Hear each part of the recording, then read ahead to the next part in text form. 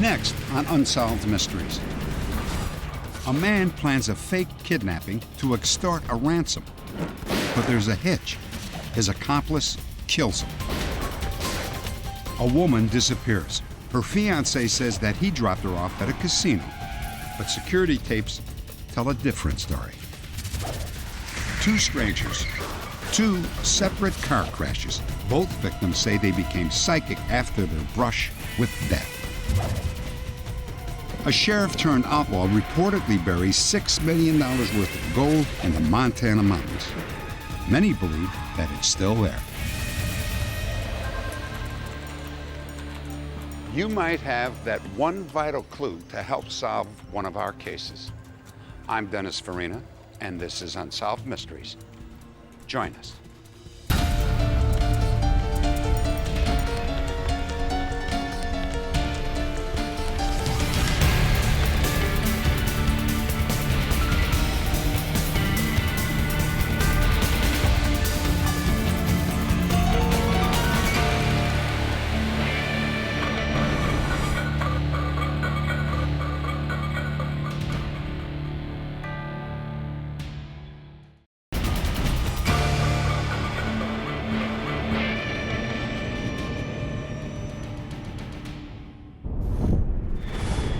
Littleton, Colorado.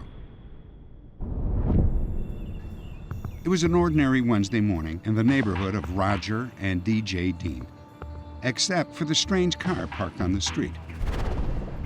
Some remembered it was a '68 Pontiac, others a '76 Oldsmobile, but everyone agreed the man inside was a stranger. At the time, they thought nothing of it, but at the time, Roger Dean was still alive. Roger called his wife into the bedroom around 7 that morning. Jay, come out here. What is it, Roger? All right, lady, shut up and get on the bed. Oh! And get on the bed. Shut up! The masked intruder forced Roger to tie and blindfold his wife. Then he took Roger into another room. As DJ lay helplessly on her bed, she could hear Roger and the gunman talking, but she couldn't tell what they were saying.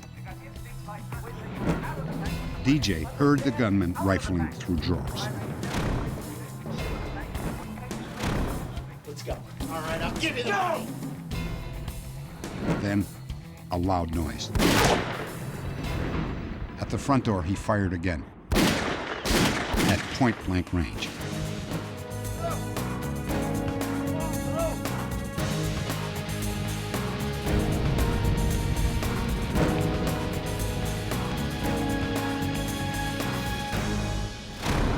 Roger Dean died before help could arrive. From the beginning, several aspects of the case puzzled investigators.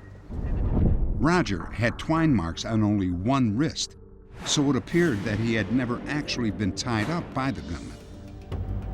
Also, Roger was wearing contact lenses when he was shot. His glasses, right? Yet, strangely, in an upstairs bedroom, his glasses were found, covered with duct tape.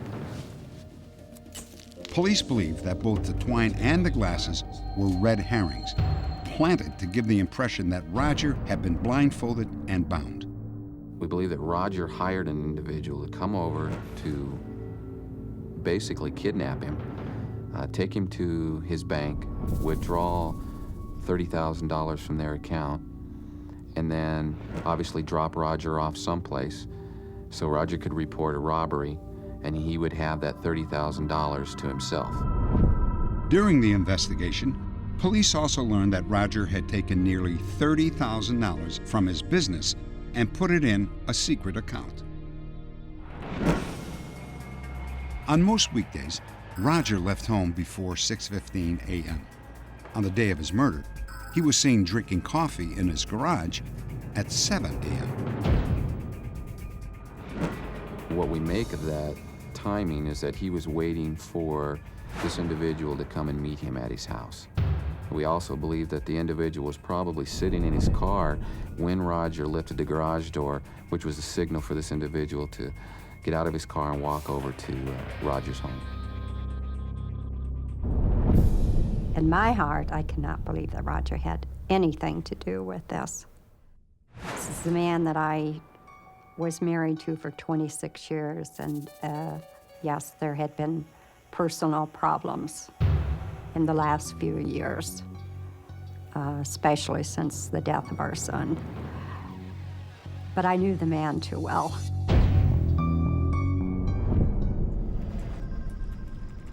After Roger's death, DJ and her daughter Tammy tried to move on with their lives.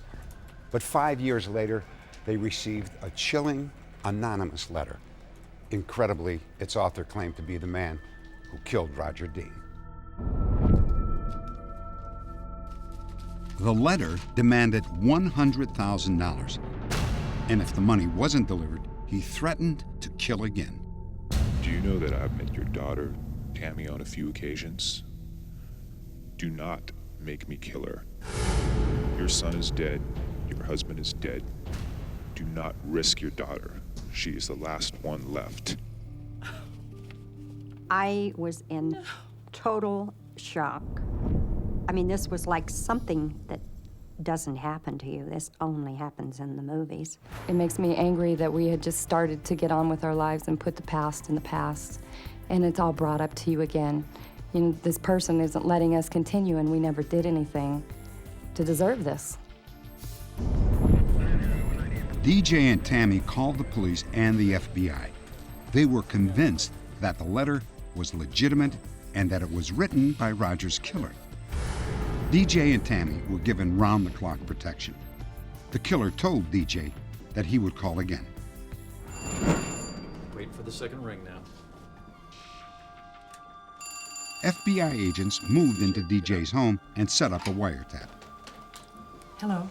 Listen, your husband owed me money, and I want my money. If my husband owed you money, I'll pay you what he owed you. The FBI traced the call to a phone booth in Denver. I'll call you tomorrow and I'll tell you where to take it, 7 p.m.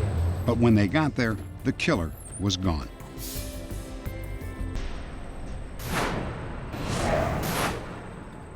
The killer called 12 more times. And then he told DJ to drive to a supermarket 20 miles north of her home and wait for further instructions. DJ tried to trap the caller with the help of an FBI agent hidden in her car. Surveillance trucks and a SWAT team were nearby. Okay, she's out of the car, and she's headed across the parking lot now. She's headed towards the phone booths. And I waited, and I waited, and I waited. Could not believe I was really having to go through this terror.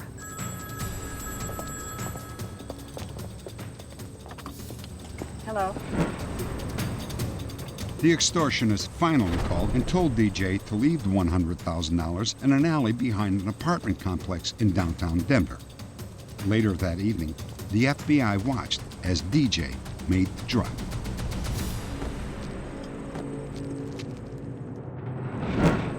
They waited until dawn, but no one showed up. Whether or not he spotted something, whether or not he just took for granted that the law enforcement was involved, or whether or not he got cold feet, and although he didn't detect any type of law enforcement, he just was too scared to actually make the pickup. I think all those are possibilities. When he didn't pick it up, I was devastated because I thought this is not over. Hello? There's nothing more that either one of us want than for this to be solved. And now I'm gonna hurt you. He's still terrorizing us. He is still making us live a nightmare that continues on and on all the time. In his last call, the extortionist told Tammy he planned to kill her. He said he would strike when she least expected it. Update. There are new developments in this case, and here's one of our staff with details. In 2020, DNA evidence found on the killer's ski mask led investigators to a new suspect, Michael Jefferson. Jefferson was arrested and currently faces charges for first-degree murder and kidnapping. Next, how could a woman disappear from a busy casino? 24-hour surveillance cameras may provide the answer.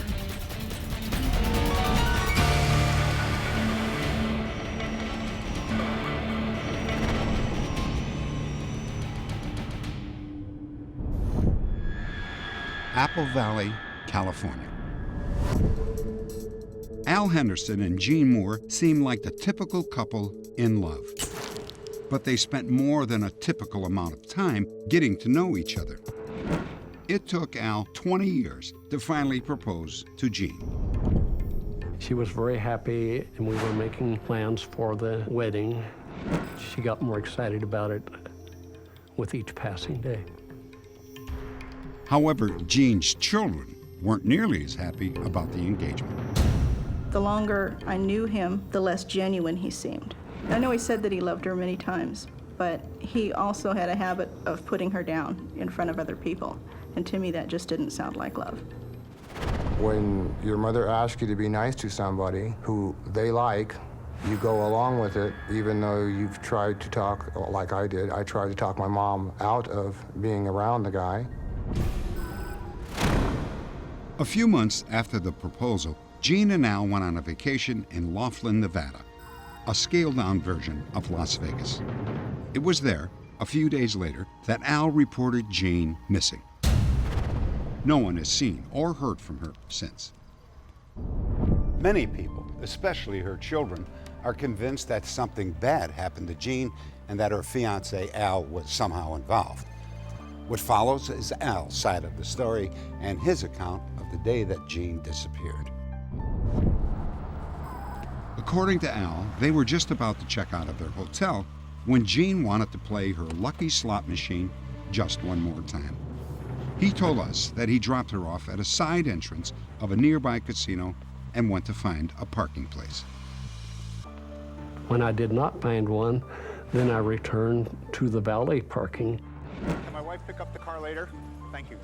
Got the ticket, went inside the casino where Jean was waiting for me. Here's the claim check for the car. Our plan was that we would meet back at our hotel room at 11:45. Al claims that he left Jean in the casino at around 9:30 in the morning. Once outside, he planned to take a taxi back to the hotel. There was no cab there.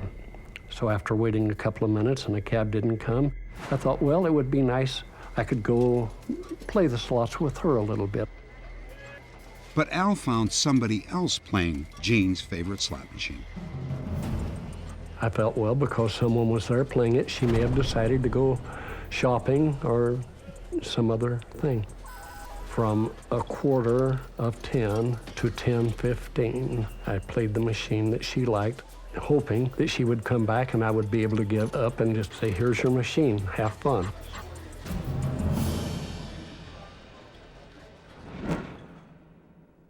Can you take these bags to security? We're checking out. Al checked out of the hotel around noon and returned to the casino to look for Jean. When I saw that the car was right where it had been left, and I spoke to the valet, nobody had brought a ticket for the car, then I began to become alarmed. Al says he thoroughly searched the lobby, the shops, and the gaming area, but he says he could not find Jean. Over the next few days, Al distributed thousands of these flyers in the Laughlin area. Despite a $25,000 reward, no one called. After a certain amount of time, I had to figure that something terrible has happened. Jean's children thought the same thing, but they are convinced that Henderson knows more than he's saying. The more we find out about what supposedly happened as compared to what can be verified, the less I'm inclined to believe that he's telling the full truth. In my opinion, Al has not said everything that had happened then. The reason I say that is because, number one, the story has changed a couple of times.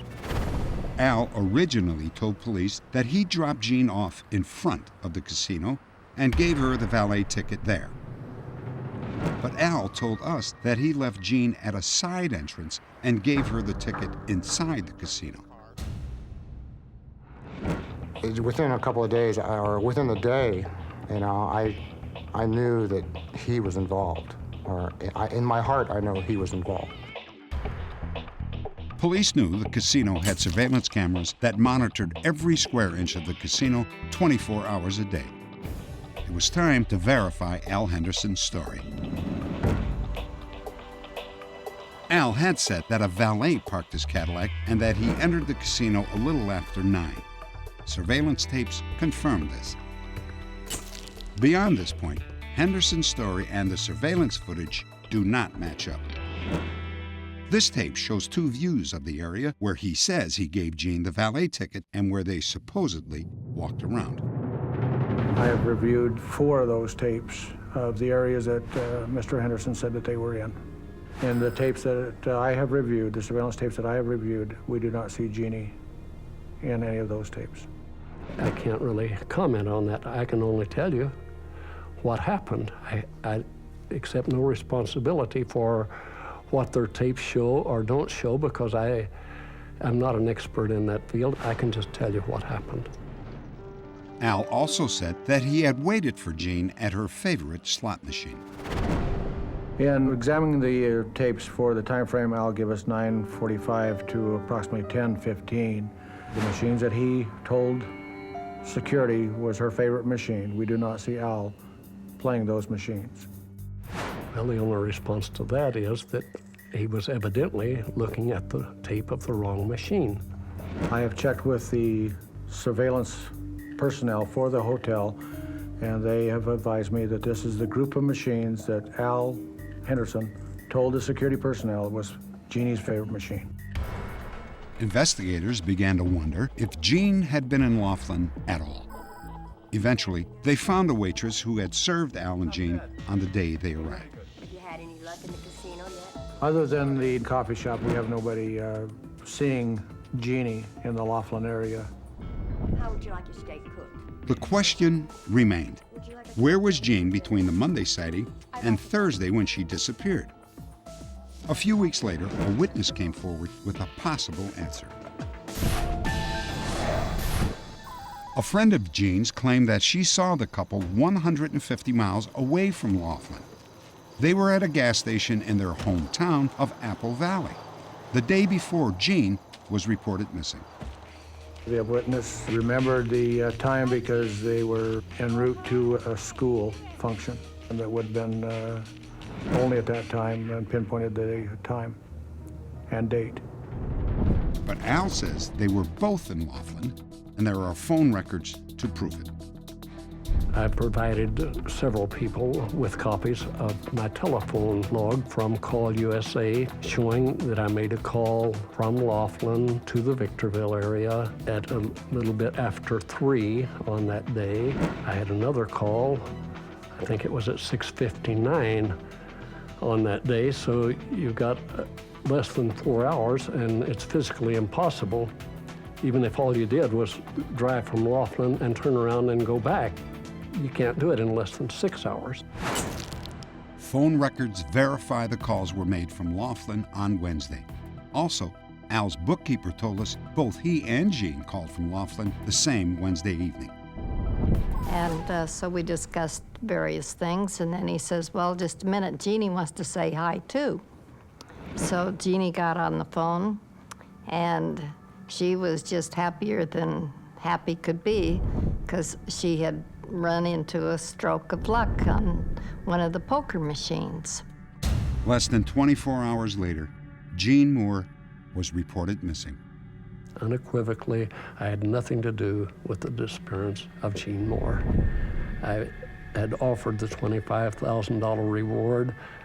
I think that my net worth has gone down from around $2.5 million to $1 million.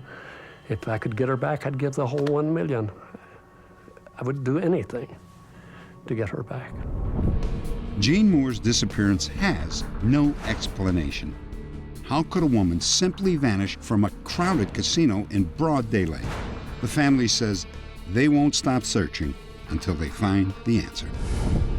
If you have any information about the disappearance of Jean Moore, please log on to our website at unsolved.com. Next, can a traumatic car crash trigger psychic powers? 2 accident victims say yes.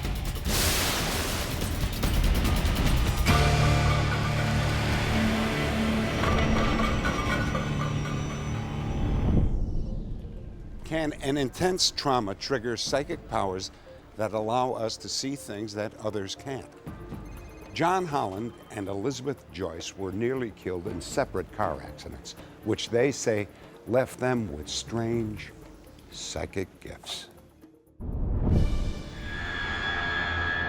Los Angeles, California.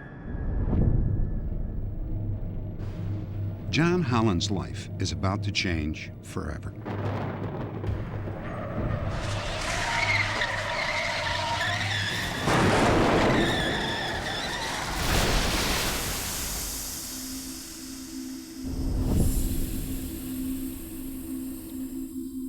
John was dazed but not seriously injured.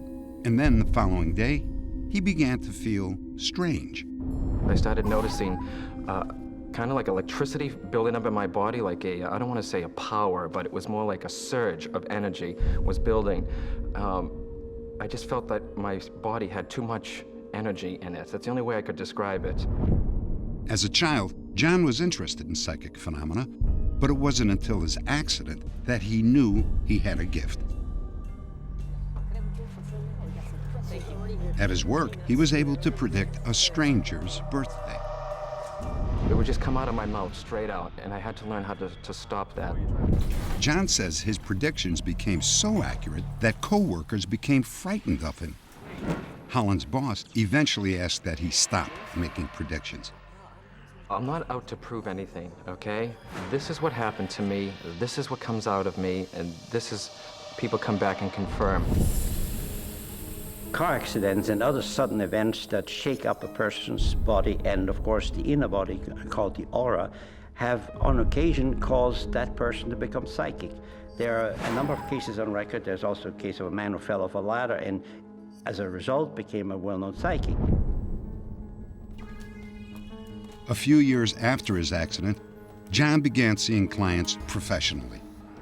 He claims his powers intensified and that he now could communicate with the dead. A client named Adrian who came to see me, and her dad passed away, sadly. Basically, she wanted to know, where is he? What is he doing right now? So what happened, her dad came and told me to tell her to look in a book on the bookshelf. He wants you to be at peace. He described the bookcase, he described the location of a book, and he said, and there's going to be something, a message from your father in this book. And it was unclear if he meant the book, and he said, no, there's a message in it, a piece of paper, a message from your father that will let you know that he's okay. It took 2 weeks. Finally, Adrian got the courage to open the book. John was right. Inside was a poem written by her father 28 years ago. John believes that if not for the accident, he would never have known that the note was there. Saddle River, New Jersey. Elizabeth Joyce and her son Jeff were badly injured in a car accident. Elizabeth shielded Jeff from the impact, but she suffered massive injuries.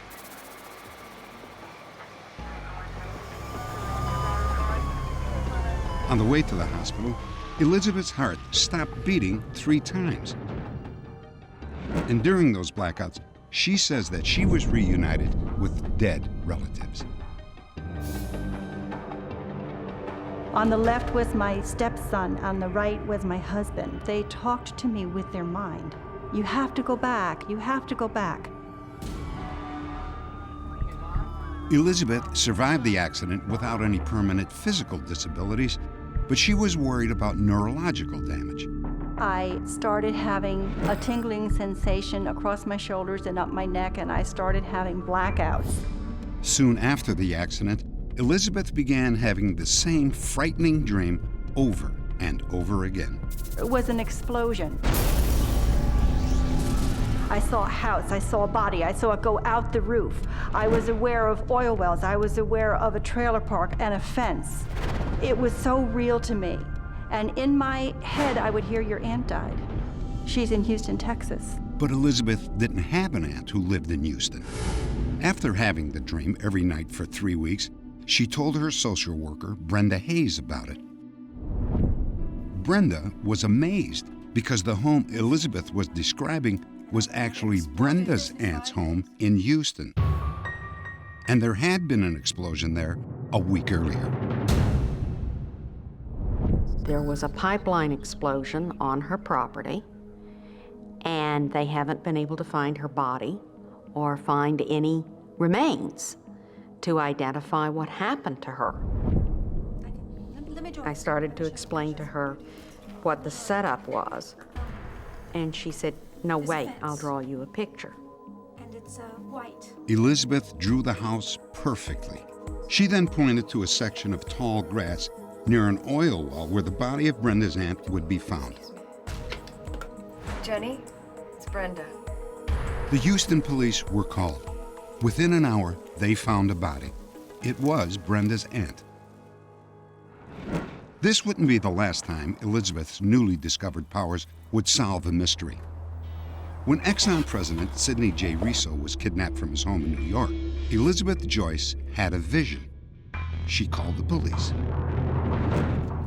I'm not a fan of psychics, and I've come across many, many psychics. But in this particular case with Elizabeth Joyce, I did find her to be very, very accurate. In black and white, I saw a blonde-haired woman in a jogging suit running behind the car, falling and screaming for help. I saw the man get out of the car to go over and help this woman. I saw a man come around from the bushes. I saw him grab this man that had gotten out of the Cadillac and put a gun to his head and force him into a white van. I knew that it was Riso. For 6 weeks, Elizabeth talked to the FBI every day, giving them more information. I said, they're putting him in a trunk, and they're taking him off a main road, and they're going to dig a shallow grave. And he said, describe it to me. Oh, I said, it's between 2 pine trees. It's in a narrow space between 2 pine trees, and it's off a main road, either the Garden State Parkway or the New Jersey Turnpike. The FBI won't comment on Elizabeth's information. However, Sidney Riso's body was found exactly where she predicted. Sidney Riso's remains were in a 3-foot-deep sandy grave in the depths of the pine barrens. Elizabeth says that her information also helped catch the killers. I don't try to ever convince anyone that there is such a thing as psychic sensitivity. I let them find it for themselves. I'm there to help others if they are open to being helped. If I can reach one person, that it helps them change their life for the better, and they know things about themselves more, or if they know that we all go on, then I've done my job. John Holland and Elizabeth Joyce continue to use their powers to help others. Do they really have psychic abilities? Just ask the people they've helped. They certainly think so.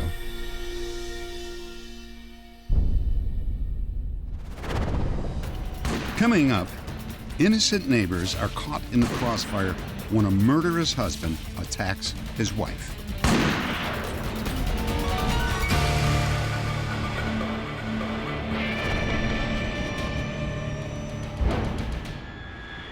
Talladega, Alabama. Hi, well, thanks for the ride, girl. Give me a call. Early one evening, Geraldine George, a 36-year-old mother of 2, returned home from work. She had been separated from her abusive husband, Larry George, for 6 months. Even though there was a restraining order against him, he continued to harass her. That evening, his obsession turned deadly.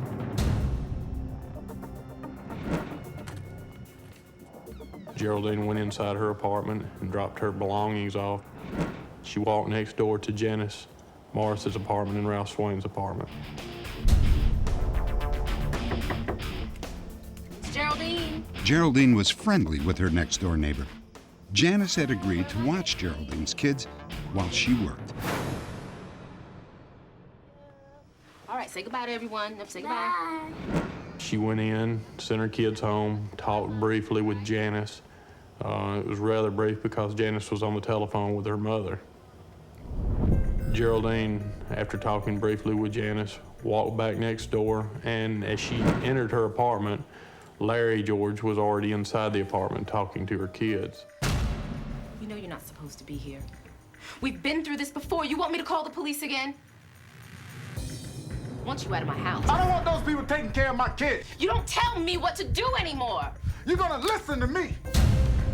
Put the gun away. Honey, I want you to go upstairs. You call your granddaddy and you tell him that Larry's here. Go on. Larry, no! No! Let go. No! No!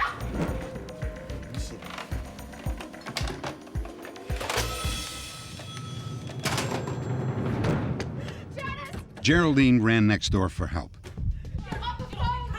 Janice was still talking to her mother. Please call the police. Larry's next door and he has a gun. I heard a woman's voice yelling, "Janice, Janice, call the police."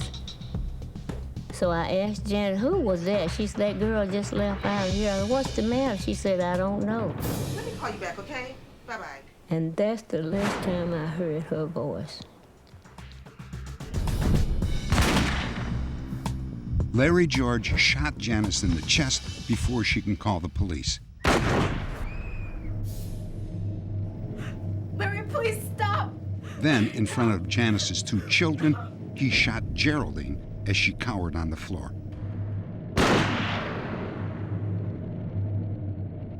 What's all this noise down here? Janice! Janice's boyfriend, Ralph Swain, heard the commotion and ran downstairs. He was shot in the back of the head.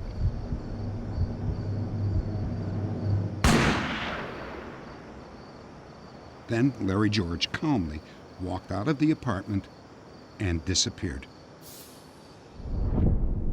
Janice Morris was pronounced dead at the scene, and Ralph Swain died a short time later. This murder was stupid. I mean, Ralph or Janice, neither one knew Larry. They were simply in the wrong place at the wrong time. Geraldine George survived the shooting, but was paralyzed from the waist down. The next day, sheriff's deputies discovered a car hidden in the bushes at a campsite 6 miles out of town. It was registered to Larry George. He had been living in the car. There was a lot of clothing in the car. We found a notebook where it appeared that Mr. George had been keeping a diary as to who came and went at his wife's apartment, and camouflage clothing. I want Larry George to pay for what he did.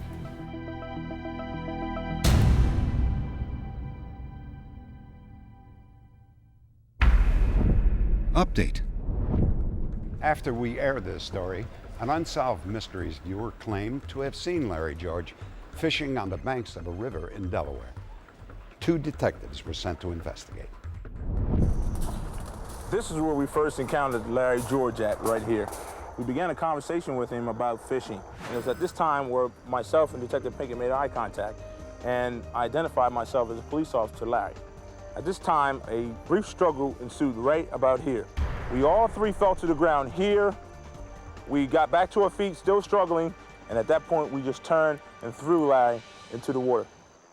George tried to run, but backup units quickly cornered him. Finally, he surrendered. At George's campsite, police found a generator, a stove, a spear gun, and a sawed-off shotgun. He knew he was wanted for murder. He wasn't going to be taken alive if he would have put himself in his hideout, and if we'd have discovered it, he probably would have had gunfire and officers would have been hurt. 7 months after his arrest, Larry George was tried and found guilty of capital murder. He was sentenced to die in the electric chair.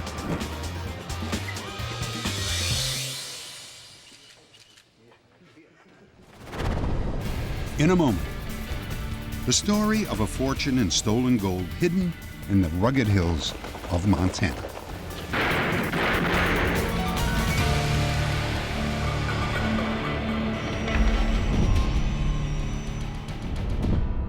We recently told you the story of an escaped prisoner named Robert Gerald Watson, who had been arrested for kidnapping and rape. In Tennessee's Hamlin County Jail, Watson and 2 other inmates were cleaning a common room known as the slam area. When they were done, they signaled to a nearby deputy.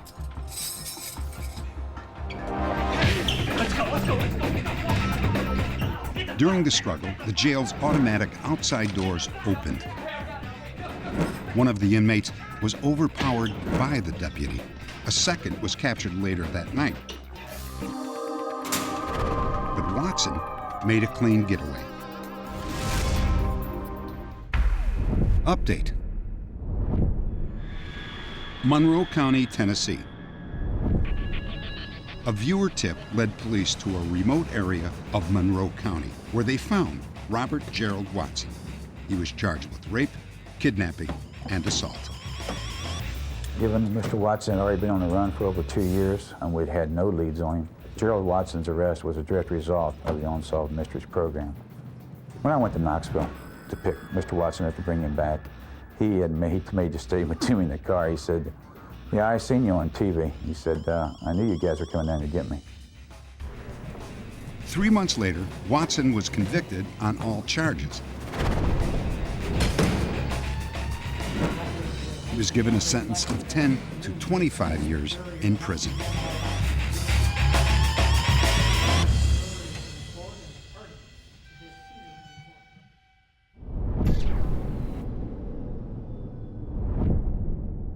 It was a legendary treasure buried in the Montana hills. Or so the story goes. In 1863, a crooked sheriff and his gang went to the gallows, refusing to reveal where they had hidden their stolen gold. It's a tale of murder, money, and betrayal. Bannock, Montana.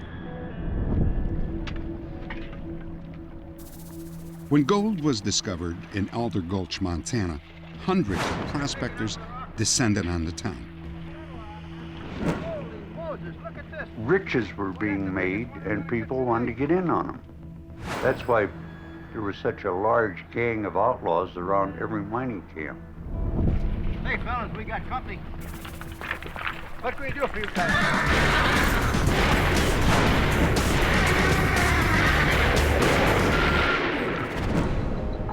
In the spring of 1863, a group of those outlaws, known as the Road Agent Gang, nearly wiped out the prospectors.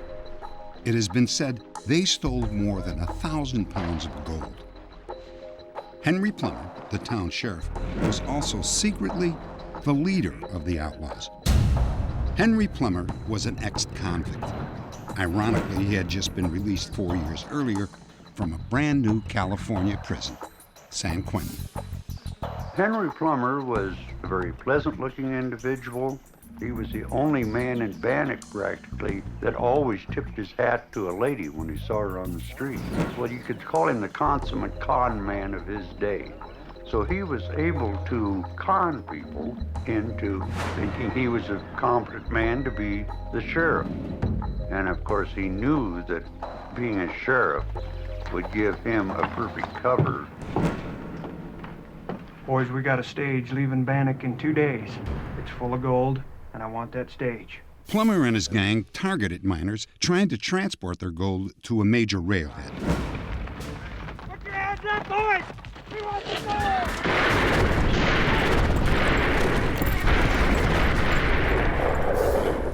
It's estimated that in 4 months, Henry Plummer and the road agents killed more than 120 miners and stole what today would be $6 million in gold.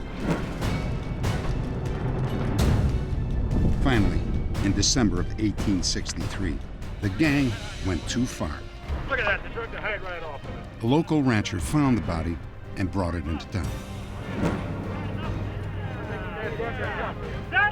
And that was enough for them. They formed a posse. And during the next 6 weeks, the vigilantes worked picking people up, giving them a trial, and we know they hanged about 22 men, at least. When the outlaws were caught, they started pointing fingers at each other. One road agent who was about to be hanged identified Henry Plummer as the gang's leader. I want y'all to know that Henry's the one that planned all this. He's the one that run all the road agents. He's the man you want.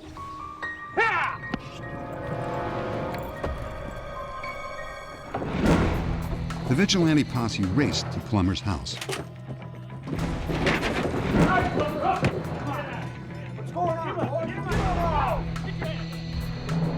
Plummer was marched to a scaffold that ironically he built himself. But before he was hanged, he made an unusual request.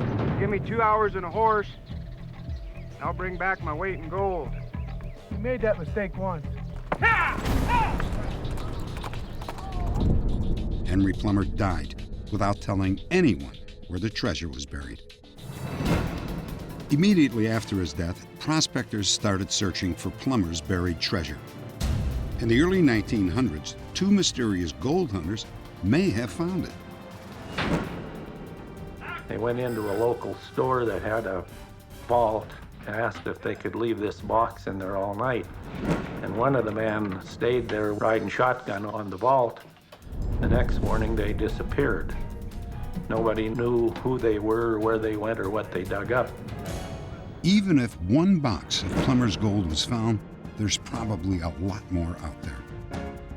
Two local men, Scott Jones and Bill Chappie, have been hunting for the treasure for years.